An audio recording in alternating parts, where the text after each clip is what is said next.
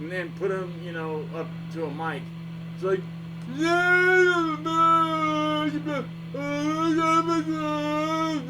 like, oh, God, just shut up and play. So he did play. He started the solo, and he soloed for 25 effing minutes during the song. And Carmine Appice was playing, and he's like, you know, like, oh my gosh, I think I'm gonna, you know, and he kept looking at the guy like, water, water, water, water, and he just started, you know, playing with one. He didn't even give a shit. He was just hitting the friggin' snare, and, you know, Eli Roth is just like, probably high on who knows what, and just, you know, with his custom-made, wavy, weird, hippie guitar. He's good, but there's no way that guy is better than Eddie or Randy. So, F that dude. So I said, no, you're wrong. I go, he's good, but, you know, when they got the other guy who was more commercial and could pull off, you know, a half-ass Eddie Van Halen ripoff, that's when they took off. You know, first it was Animal Magnetism, and then Love Drive, and then Blackout was boom. I remember, like, Blackout, friggin' British Steel comes out, and everybody's like, holy shit! And then Motley Crue comes out with their album, and I'm friggin' selling it like crazy at Burbank High. I couldn't keep enough records for Burbank High and Burroughs. I was just selling hundreds and hundreds of them. And, you know, they were thrilled, you know, especially the manager, because he was making his money back. Because he had to make his money back. See, the thing is, they wrote the song Bastard about that guy. You know why? Because he put in over $500,000 into Motley Crue to get them to the fame that they had to play the US Festival. And then that's when Doc came in and snaked them. So when that happened, they'd already been signed to Elektra, because of Tom Zutaut, who was a fat little pig. So the guy that was playing the Greg Leon, the fat guitar player at the beginning, you know, when they were auditioning guitar players and they kick him out and he's crying, that's what Tom Zutaut looked like, the guy that signed Motley Crue to Elektra. And then he ended up quitting or leaving and going to Geffen and signing Guns N' Roses to Geffen. And they held him for 2 years to try to clean him up. And they finally gave up on Slash, but they wanted, you know, the band's like, it's all of us or nothing. Eventually that stopped, you know, and they kicked out the drummer, and that's it. They just kicked out the drummer, poor guy. Oh, and the other guitar player left because he thought it was a bunch of shit. Which it was.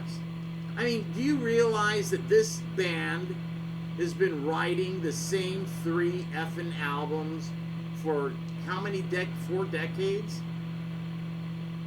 Late 80s, 90s, 2000, 2010, now that we're in the 2000s.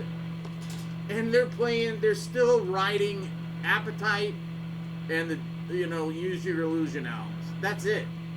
Because the other ones are shit. Nobody bought them. They were nothing.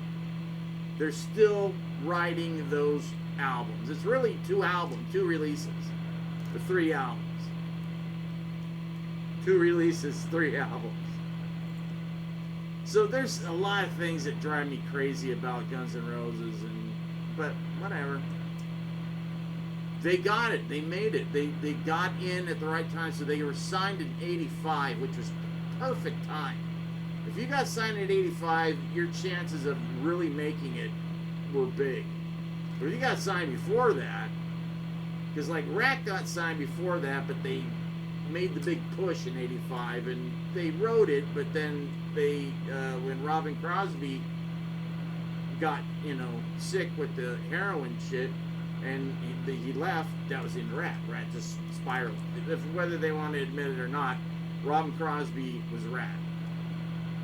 And Rat was Robin Crosby. So there you go.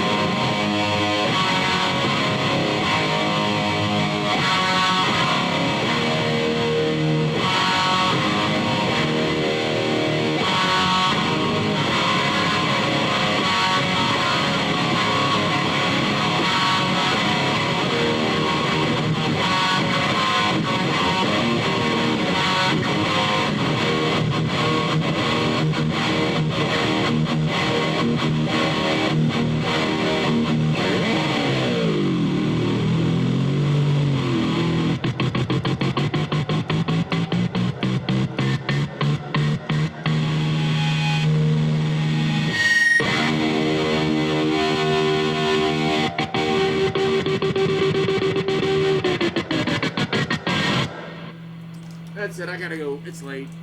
It's late. We're recording date. See ya. I hope you liked some of it. If you didn't, well, say something. All right. Bye. And now you know everything, and I can show you the very few limited effects that I'm using. And there's a couple just stuff laying there ready, and that's the